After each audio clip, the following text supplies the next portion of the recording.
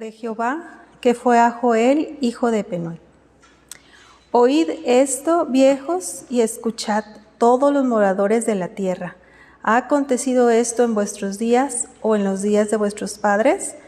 De esto contaréis a vuestros hijos y vuestros hijos a sus hijos y sus hijos a la otra generación. Lo que quedó de la oruga comió la langosta, y lo que quedó de la langosta comió el pulgón. Y el revoltón comió lo que del pulgón había quedado. Despertad, borrachos, y llorad. Aullad todos los que bebéis vino a causa del mosto, porque os he quitado de vuestra boca. Porque gente subió a mi tierra fuerte y sin número, sus dientes, dientes de león, y sus muelas de león. Asoló mi vid y descortezó mi higuera, del todo la desnudó y derribó. Sus ramas quedaron blancas. Llora tú como moza vestida de saco por el marido de su juventud. Pereció el presente y la libación de la casa de Jehová. Los sacerdotes ministros de Jehová hicieron luto. El campo fue destruido. Enlútese la tierra, porque el trigo fue destruido. Se secó el mosto, perdiéndose el aceite.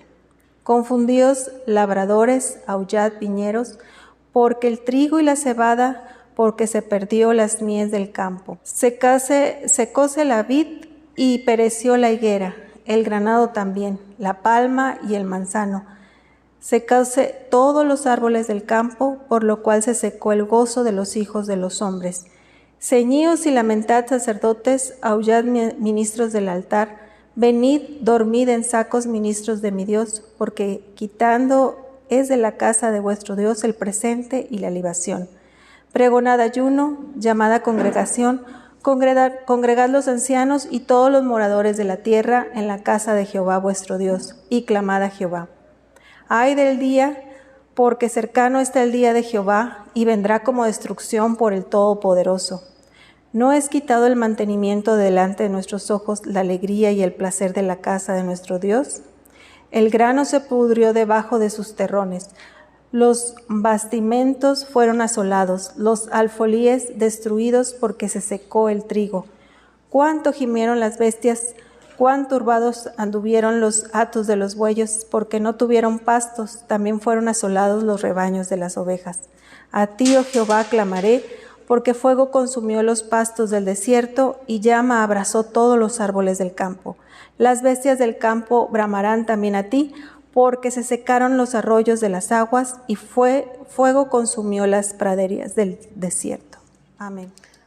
Estaba pensando en un libro para estudiarlo durante estos próximos domingos y empecé a leer Joel. Creo que es uno de esos libros que pocas veces leemos. A veces ni siquiera sabemos dónde se encuentra, en qué sección se encuentra en la Biblia. Pero tiene mucha riqueza y mucha enseñanza también acerca de Dios y su relación con el ser humano. De hecho, el libro en sí habla del juicio de Dios sobre Judá, y es una advertencia, es un llamado.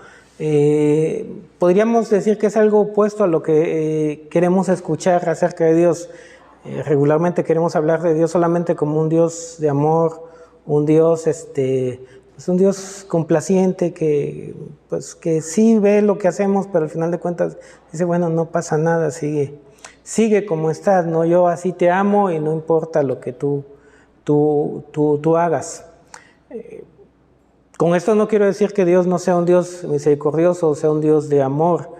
Lo que estoy diciendo es que tanto la justicia de Dios como el amor de Dios están contenidos dentro de su carácter, y estos dos son perfectos y interactúan y se relacionan mutuamente. En este libro nosotros vamos a ver precisamente eso, tanto la justicia de Dios como la misericordia de Dios.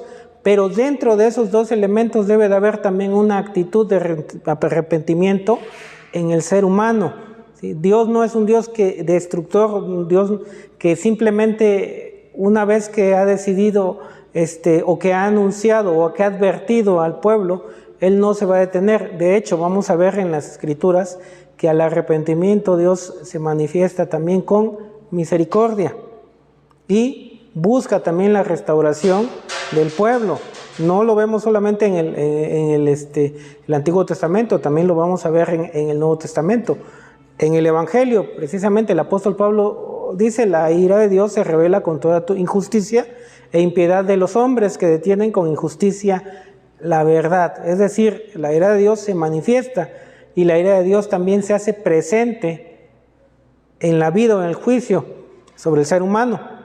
Pero sin embargo, vamos a ver en el transcurso del desarrollo del libro de Romanos, que dentro de todo esto, Pablo va a decir: pero Dios también es misericordioso, pero Dios también llama y busca a aquellos que quiere, a los que ama, y a aquellos que quiere ofrecerles también su misericordia. Joel va a iniciar, o digamos que es uno de estos libros también que no tiene muchos antecedentes sobre sobre la identidad del personaje. Solamente se van a dar algunas características, como por ejemplo quién es su padre, que predicó hacia Judá.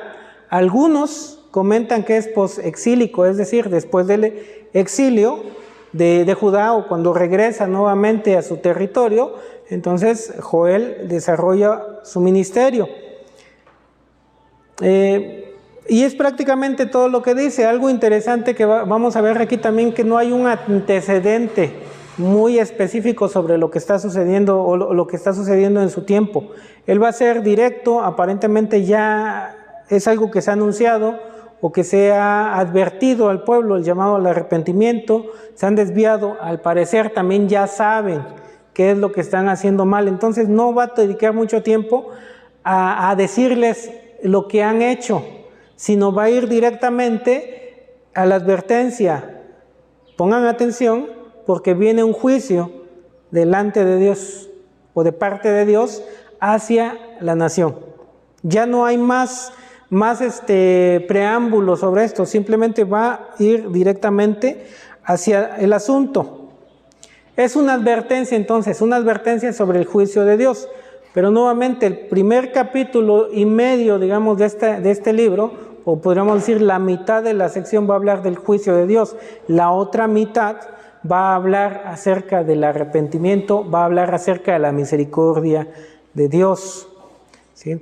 Entonces, en este momento, el capítulo 1 va a ser una advertencia, y va a ser una advertencia sobre el día del Señor. Esta profecía es muy colorida, está llena de imágenes, está llena de metáforas, de comparaciones, de sensaciones aún que nos comunica o crea en nuestra mente también una imagen sobre la situación.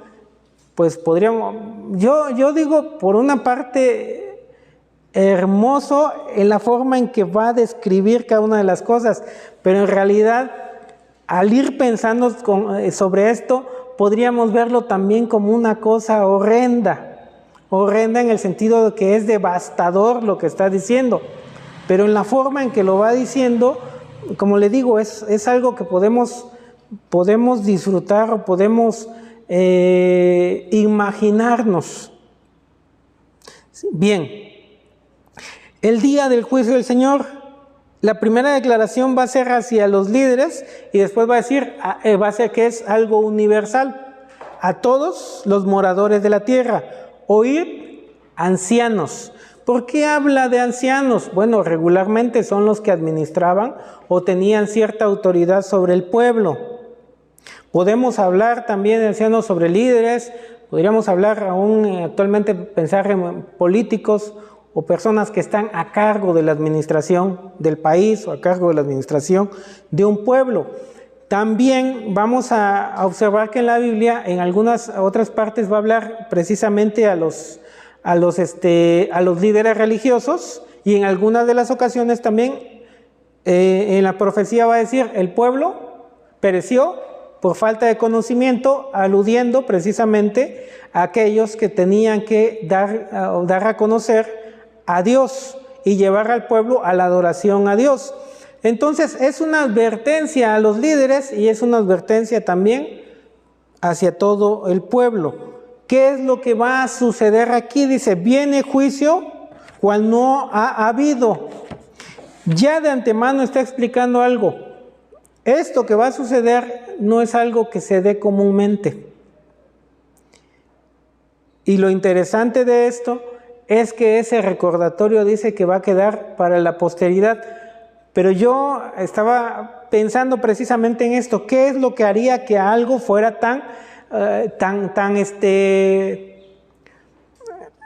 que fuera una cicatriz tan marcada que no lo olvidarían las siguientes generaciones? Y estaba pensando precisamente en el terremoto del 85. Ha habido otros, pero del que más se ha hablado en México y que probablemente algunos no lo recordemos porque éramos pequeños o porque porque no habíamos nacido todavía, pero sin embargo hasta el día de hoy las generaciones o las nuevas generaciones saben, han escuchado y conocen la historia de ese terremoto y el impacto que produjo no solamente en la zona donde se dio, sino en todo el país y aún en Latinoamérica. ¿Por qué razón? Bueno, una de las cosas que yo podría pensar es porque ese terremoto fue en un lugar o un punto, digamos, de concentración de todos los demás lugares del país. La mayor parte del país tenía familiares o tenía conocidos que estaban en ese lugar y de alguna manera vivieron y sufrieron el impacto de eso. Si no fue físico, fue emocional.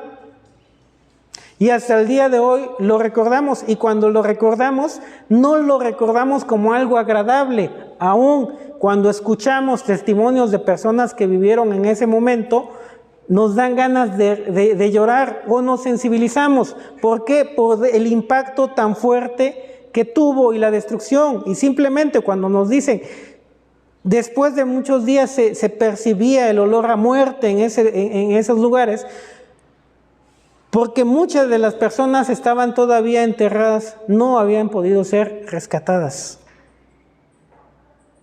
¿Sí? Es impactante la declaración. No se habla de algo simple, algo sencillo, algo que decimos, bueno, ya pasó, lo olvidamos. No, porque en eso llevamos marcas también nosotros. Aunque no lo hayamos vivido, aunque no hayamos nacido, tenemos esas marcas. Y lo recordamos.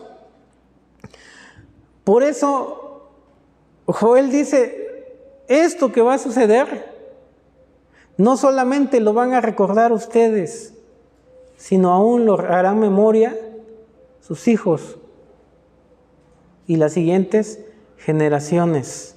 No ha ocurrido. ¿Por qué? Algo está sucediendo. Pero aún así, como les comento, se expresa dentro de esto la misericordia de Dios. ¿Por qué Pablo lo va a describir dentro de ese sentido de justicia? Si Jehová no hubiera tenido misericordia de nosotros, haciendo alusión obviamente a la palabra de Dios también, hubiéramos venido a ser como Sodoma y Gomorra, que finalmente fueron erradicados totalmente. Pero aún así, dentro de la justicia de Dios y dentro de esta declaración, se habla de esperanza. Aún habrá descendencia. Aún permanecerá el pueblo, a pesar de esto. La siguiente declaración es: despiértense y lamentense. ¿Sí? Ahora la imagen es lo que les comentaba. Todo lo arrasará la plaga, imágenes, oruga, saltón, revoltón y langosta. Estaba leyendo que dice que se trata del mismo animal solamente, o del mismo insecto solamente, que es en diferentes etapas de su vida. Y lo que está presentando aquí es precisamente que todo el desarrollo un cada una de estos insectos o en determinada etapa va a asumir un grado de devastación en lo que hay en la zona. Y en este caso, pues está hablando de alimento o está hablando de cosecha, de agricultura. todo lo arrasará. La oruga, el saltón, el revoltón y finalmente la langosta, que es lo que arrasa, lo que estaba leyendo, es lo que arrasa finalmente todo. Lo que es el animal en edad, o el insecto en edad adulta, lo que arrasa o termina con todo, ¿sí? Devora lo último que queda.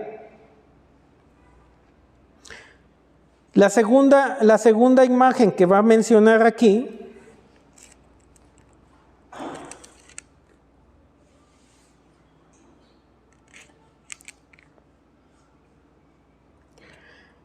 es la situación de la invasión de Jerusalén. Ahora, si se dan cuenta, y es lo que les comentaba, va a haber plagas, y en realidad dice, van a ser atacados por insectos que dañarán sus cosechas. Pero no es todo el problema que va a existir. El siguiente es que también ustedes serán invadidos por otros pueblos. ¿Sí? No solamente la naturaleza, sino ahora también una situación, podríamos llamarla así, una situación política de invasión.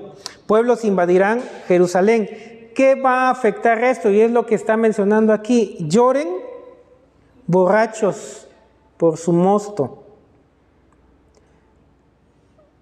Cuando hablamos de esta situación de una persona que está en estado de ebriedad, lo que podemos pensar es que ya no les importa nada más que ellos. Y obviamente el poder obtener simplemente su fuente de vida, vamos a llamarlo así, ¿no?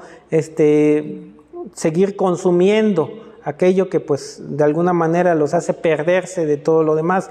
Pero imagínense, o si nos hemos puesto a pensar lo que está diciendo aquí, hemos escuchado a una persona que se está desintoxicando, sea por alcohol o sea por un asunto de drogas. O sea, tal vez lo hemos escuchado o alguien lo ha descrito, pero dicen que es una situación muy, muy fuerte, angustiante para estas personas. Gritan, lloran, se lamentan. Imagínense lo que está diciendo. Obviamente el alcoholismo y la drogadicción es un asunto grave dentro de la sociedad, pero ahora añádenle esto a unas personas que están en esta condición sin las sustancias que consumen. Esta situación se va haciendo cada vez más alarmante, más angustiante y más desesperante. Oír los lamentos, oír los gritos de estas personas.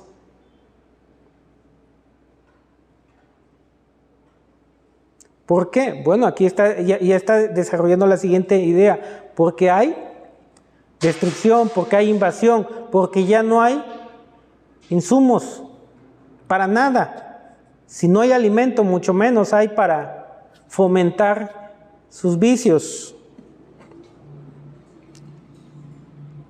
Bien, su vid será destruida, y la siguiente declaración, que como les digo es otra imagen: lloren como jóvenes viudas.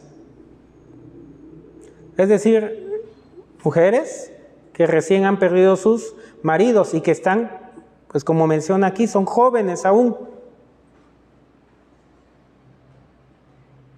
O sea, el lamento, la angustia, y aún podríamos hablar probablemente de la idea de que son jóvenes que recién se habían casado y han perdido al marido. O sea, como les digo, pone imágenes que nos ayudan a analizar o a reflexionar sobre el dolor o el impacto que está produciendo o va a producir esta situación en el pueblo o en la gente. Y lo que está diciendo es eso: va a ser angustiante porque no va a haber comida, va a ser angustiante porque van a ser invadidos, van a ser esclavizados. Va a ser angustiante porque aquello que los, pues lo voy a decir así, aquello que los embrutecía y los hacía perder su conciencia para no ver la realidad, no la van a tener. Lo que van a vivir, lo van a vivir conscientes y va a ser muy doloroso.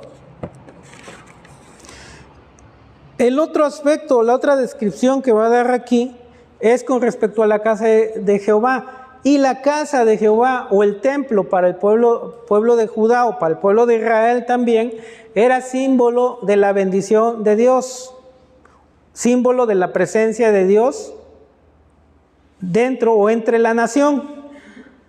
La destrucción, pues obviamente implicaba lo opuesto. Dios ya no está, y aún algunos podrían decir, Dios nos ha abandonado. Están solos, están por su cuenta.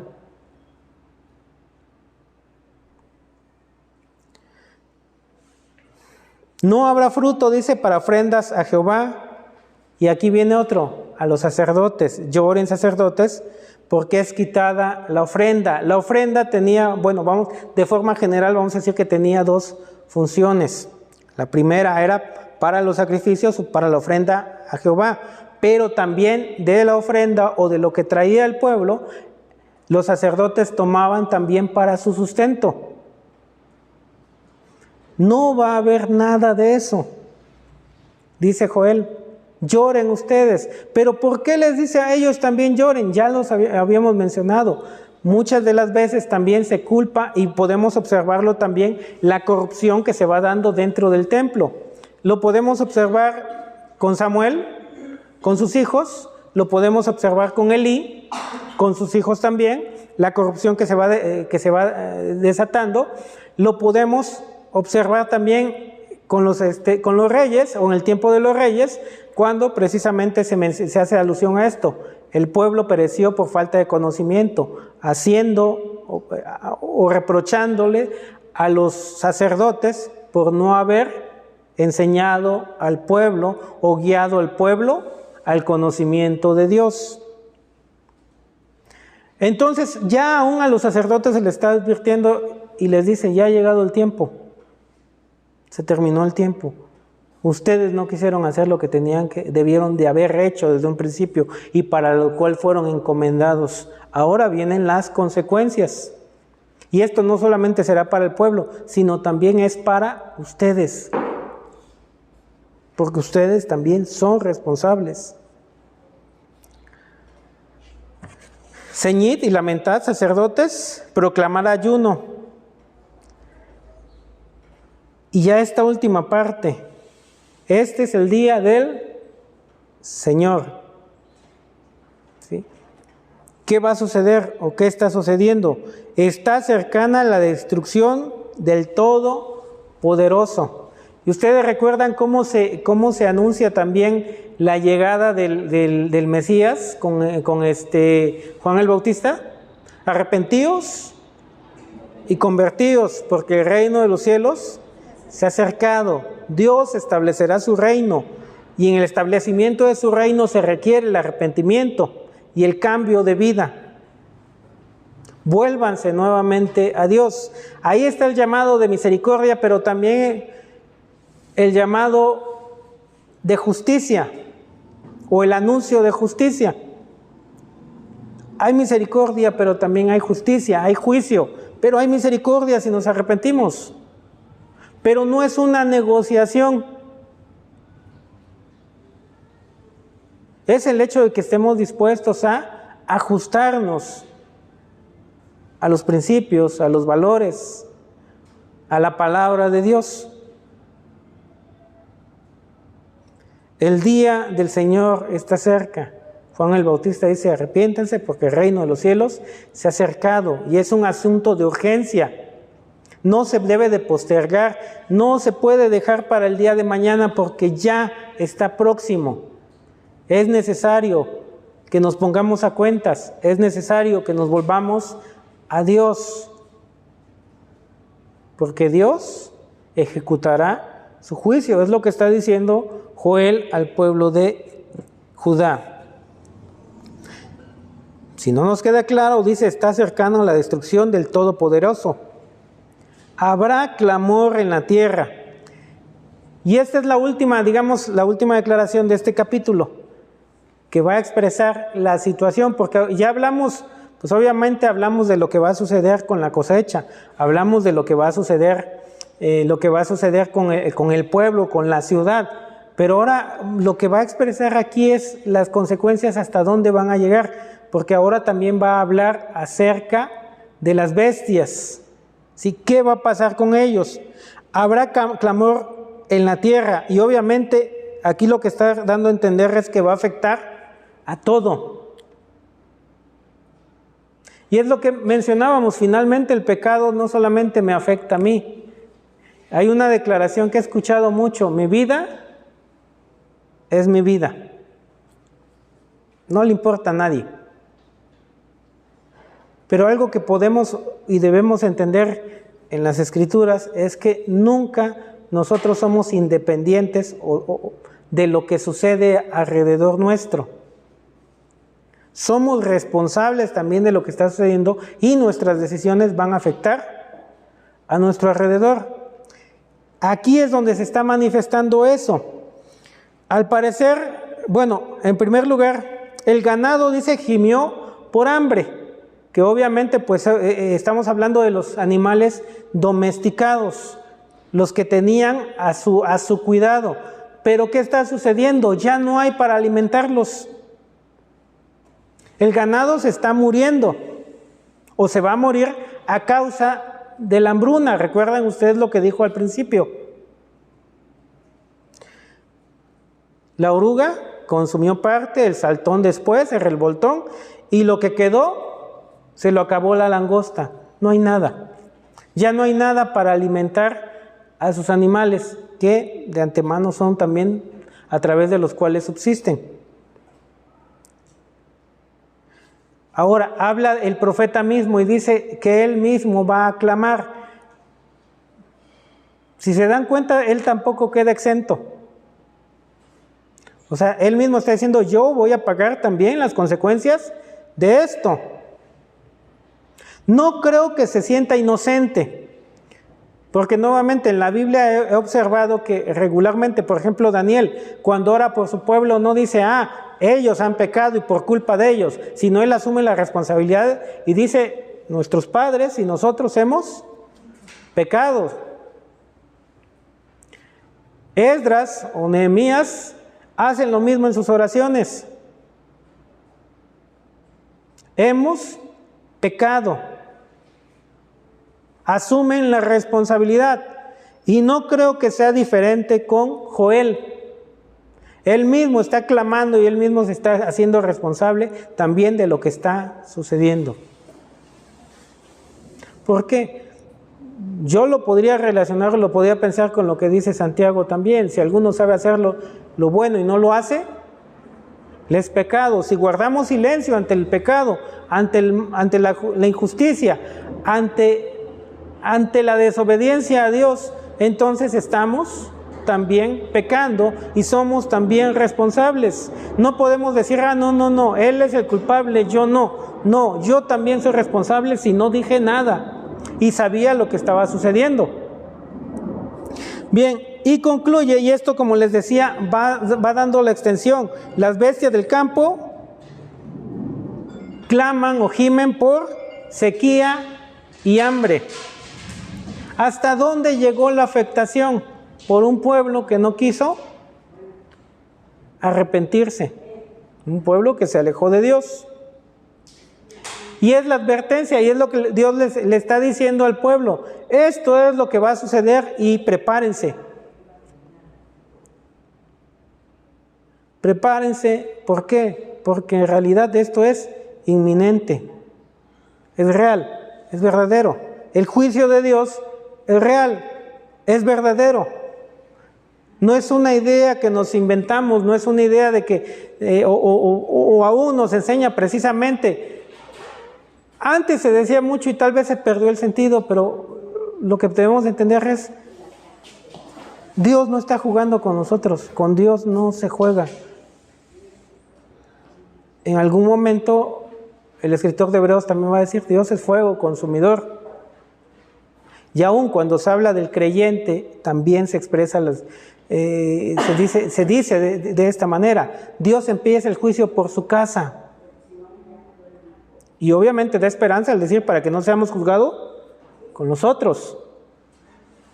Pero expresa que Dios emite un juicio, Dios corrige a su pueblo, Dios lo hace volver y aún lo castiga o lo disciplina, si es necesario. ¿Para qué? Para que disfrutemos de su santidad.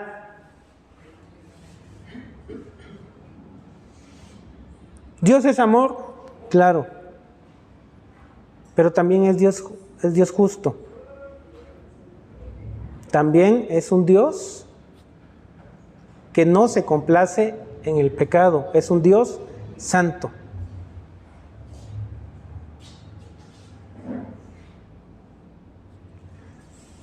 Que Dios nos ayude a reflexionar sobre este pasaje, que Dios nos ayude si hay algo en nuestras vidas también que necesitamos corregir, lo hagamos a tiempo. Ahora es tiempo. Eso es lo que dice la palabra de Dios. Es un llamado, y esto que está haciendo Joel es eso, es un llamado al arrepentimiento. ¿Para qué? Bueno, la declaración es para que seamos sanados, para que nuestra tierra sea sanada, para que nuestra sociedad sea sanada. Que Dios los bendiga.